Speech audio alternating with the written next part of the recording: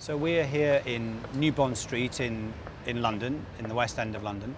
This is a statue unveiled in 1995 called the Allies, Winston Churchill, Franklin Roosevelt. But for me, almost the most significant thing about it is who's not here, which is, of course, the third great ally, Joseph Stalin. And why isn't he here? Well, we can only speculate. But my guess is he's not here because he's inconvenient in terms of the history as it is seen now, in popular terms. And in the popular consciousness, the war's about the alliance, great alliance between Britain and America. And as a result of the Cold War and everything else that happened at the end of the war, Stalin became a very inconvenient figure.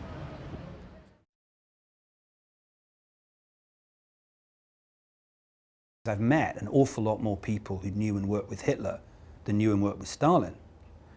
And that's because Stalin was much more likely to kill you if you worked with him. Hitler was actually, in his own terms, loyal to the core group of people he started in the Nazi Party with, people like Himmler and Goering and Goebbels and Hess and Bormann and so on.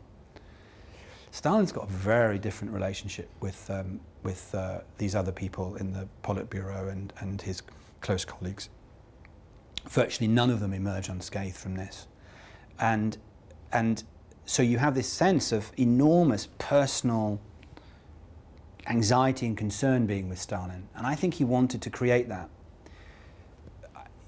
One of the things I'm so pleased about with the performance of Stalin in the series, and I think it may be a surprise to people, is that Stalin doesn't lose his temper that much. He's, for the most part, a very calm, kind of watchful person. And watchfulness is a key thing with him. It's very different from Hitler. He's watching people. And he's constantly, overwhelmingly suspicious. It really fascinates me. I mean, I've got terribly into the way he would use calculated insults to throw people off guard. See, the key thing, I think, to him was he never wanted to be liked. Roger Ailes, the great political consultant in America, described the key quality needed for electability in America as likability. If you have no likability, you can't succeed on TV, you can't succeed in the democratic world. Likability. Stalin didn't have a lot of likability. Propaganda pictured him as one thing, which is another issue, but if you're dealing with him, you're not concerned about likability. He's absolutely ideologically motivated in the sense of believing genuinely in Marxist-Leninism. He believes that he should live relatively simply. He at one point, I think, has his new furniture taken back. He wants old furniture. I love that the description of his office from Lord Allenbrook, who went there and he came back and he said it's like a second-class railway waiting room. You know, it's not. There was absolute ideology there. I mean, he's not a monster who's out like, as sometimes it's something like Saddam Hussein or something. He's absolutely ideologically rooted. And I think he believes that the individuals he's dealing with are unimportant as individuals. And so Stalin called in one of his top oil engineers, Baibakov, and said to him, I want you to ensure that Hitler does not take these oil fields. You should do that by blowing them up if they're about to take them, and obviously not blowing them up if he doesn't take them. But if they take them and you haven't blown them up, we'll kill you. And if you blow them up and they don't take them, we'll also kill you. And this guy, Baibakov, the engineer who this happened to, who I met and we interviewed, and he's died since, one of the very last people left alive who had this sort of experience with Stalin. What's really fascinating about it is that, from his perspective, Stalin did the right thing. And he wasn't remotely upset that Stalin had done this. It was like I was personally, and he liked dealing with Stalin. He thought Stalin was an extremely impressive man and good man to work for. There's a later scene in episode, I think it's 5, where Stalin, in a banquet held in honor of de Gaulle in the Kremlin, calls up various people, including this guy Marshal Novikov, who's his guys in charge of the Red Army Air Force, and says, give you a toast, Marshal, for the great Air Force you're creating. And he turns to de Gaulle and says, but he should know that if he does anything wrong, we'll kill him. And then he goes, cheers. And everyone's just, and then I think 2 years after that, Novikov's arrested, brutally interrogated, made to write a false confession. He then serves years and years and years in jail. So it's not a joke. I mean, he presents it as a joke, but it's not a joke. Even with Churchill, it's not quite as straightforward as it might appear, because what's going on an awful lot with Churchill, I think we see, you can certainly see this in the book, where I'm able to go into much more detail about this than in the series, but he's much less consistent in his view than you might imagine. What's so interesting to me is how he shifts his view on the Soviet Union, and shifts it one way, then shifts it back again, and then shifts it another way. And you see that with this issue about whether he's prepared to let Stalin keep Eastern Poland, the territory that Stalin had negotiated with the Nazis in September 1939 that he could get. The British are shocked, Eden is shocked, Anthony Eden, the Foreign Secretary, is shocked when he goes to Moscow in December 1941, that the first thing Stalin raises in the meeting is the question, let's be clear, I want all that territory back at the end of the war. And Churchill, when Eden writes to him and says, you should know how important this is to Stalin, maybe, you know, it's not exactly within the Atlantic Charter, this moral guide we have as how we should run the war, but, you know, how can we have a relationship with Stalin if we don't give it to him? Churchill writes back this incredible note full of sort of tub-thumping morality about this territory was gained in shameful collusion with the Nazis, never could a government of mind, all this. And you think, my goodness, the morals. And yet, 2 years later, he's in with persuading the Polish government in exile that they would be idiots not to do this very same thing, not to give it to him.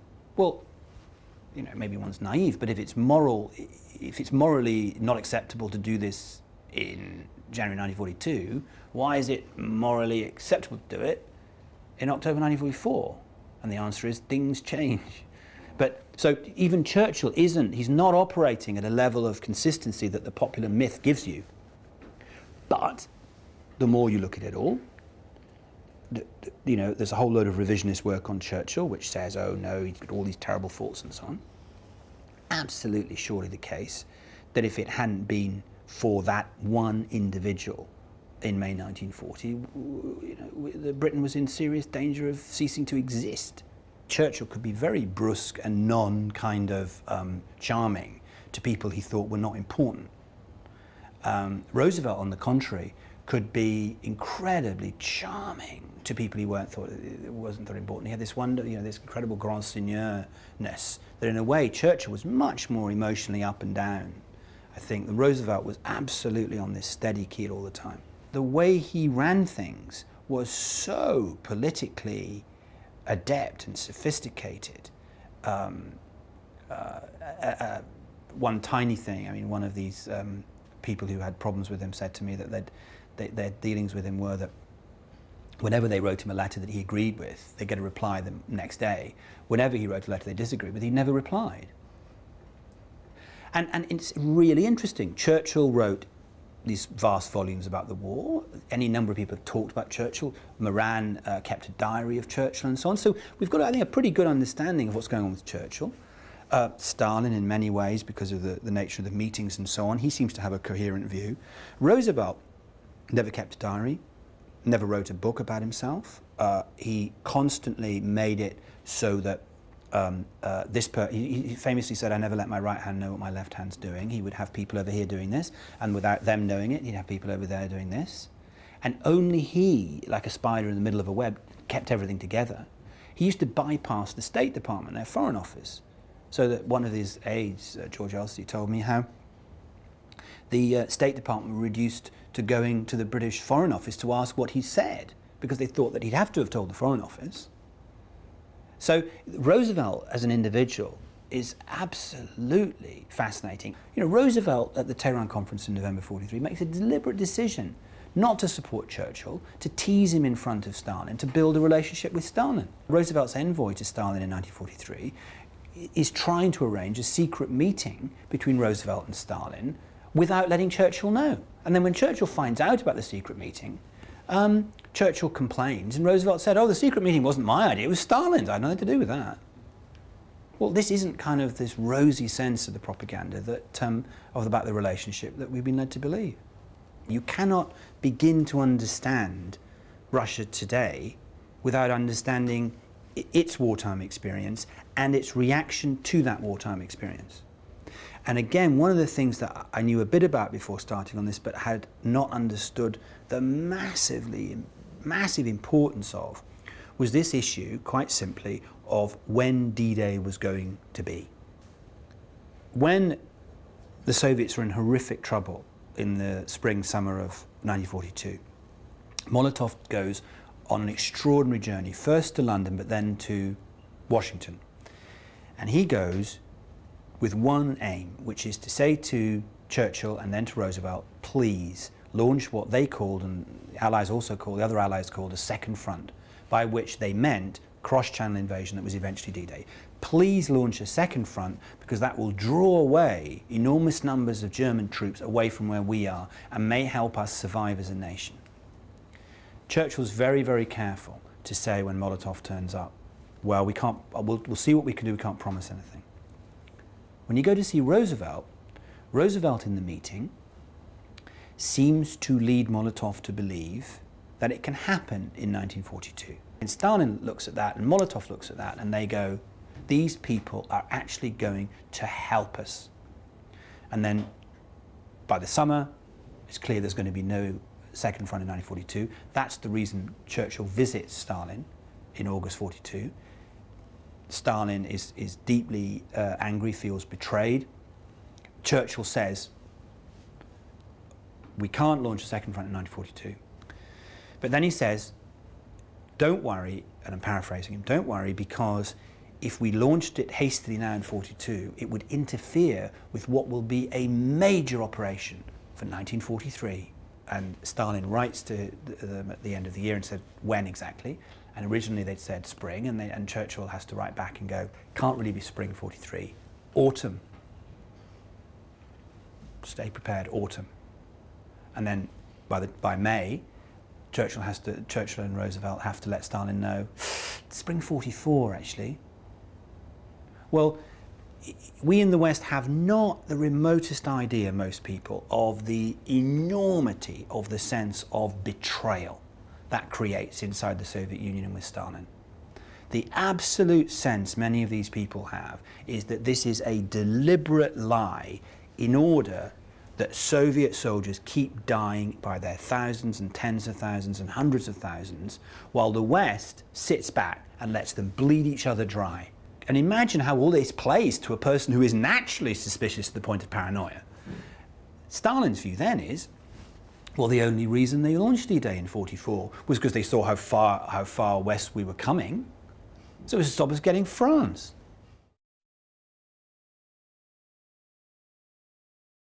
I've never written a book and then thought this should be televised. I've never made a television series and thought this should be a book.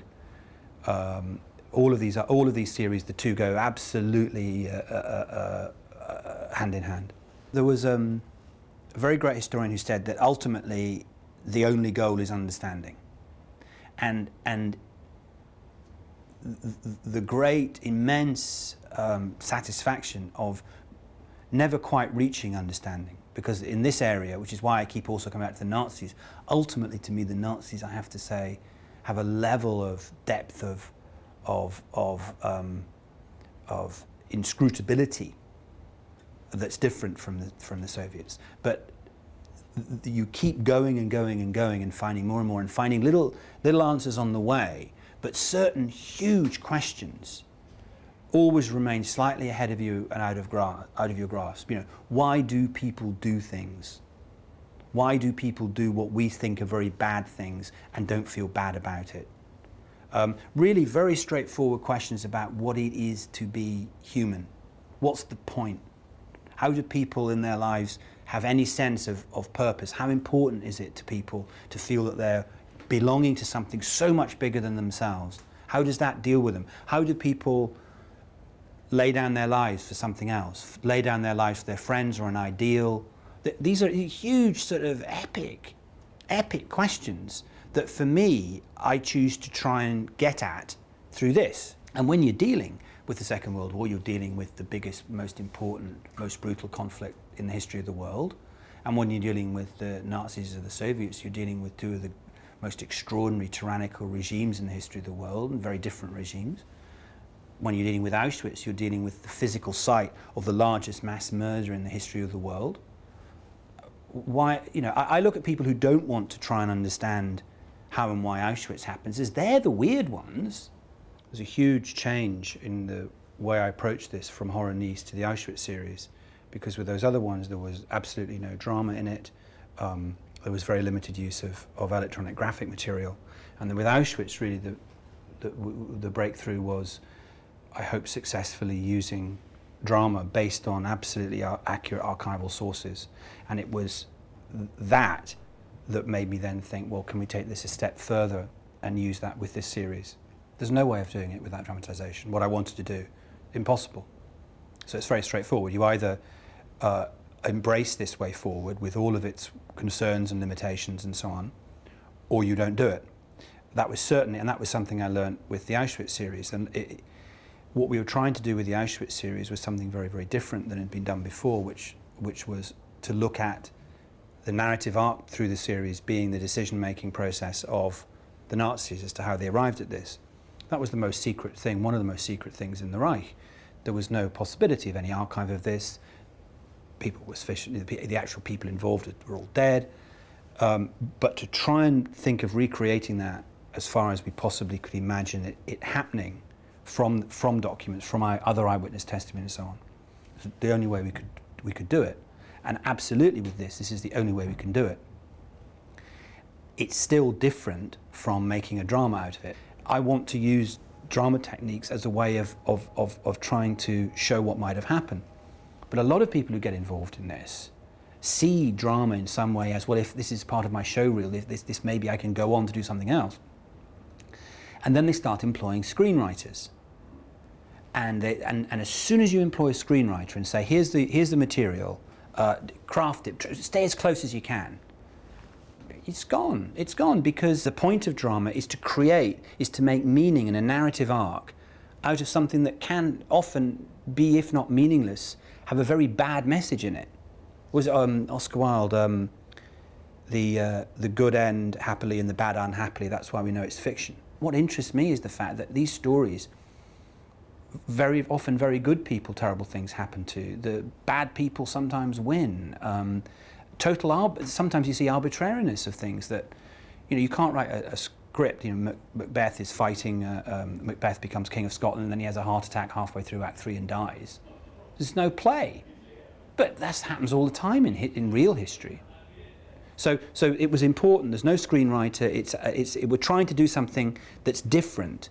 The problem is that the methodology you're using is the same at one level as the other methodology. So unless you're careful, there's a grammatical confusion in it as to what this thing is. I wrote and produced the series. I directed the documentary, and I asked Andrew Williams to direct the drama sequences, and then I sat in an edit for a year and a bit and cut everything and wrote the final commentary to it. And anything in terms of the drama that I wasn't happy with, I simply cut out and didn't use. So I have to take complete responsibility for it.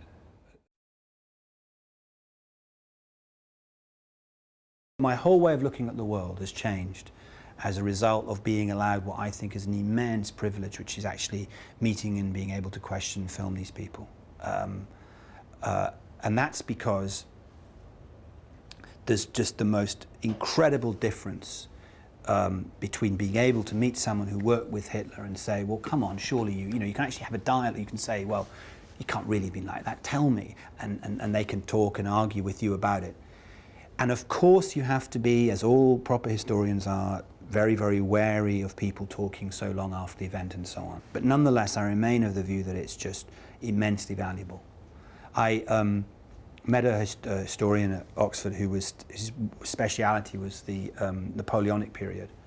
And he said, oh, it's just the worst thing, he said, the most terrible thing for me is no matter how much I read this stuff, no matter how much I imagine it, ultimately I don't know that I can ever get close to knowing what it was like Well, imagine if we had uncovered somewhere a half-hour interview with Napoleon, recorded by some magical new technique in 1800, in which he's being asked these sorts of questions and it's talking about, well, just half an hour would transform how we think about Napoleon. Because personal qualities, the personal qualities of charisma and various other things that a lot of these people are alleged to have, not Stalin, but certainly Churchill, you can only begin to emotionally grasp these things, ultimately, really, if there they are in front of you. So I, in the period I've chosen to look at, have not just the newsreel material, I have film of Hitler's speeches. I can see, trying to understand how on earth is this happening, and less, but still good material on Stalin. But I can meet people who were in it. I can say, well, what was it like then? And it's just fantastic.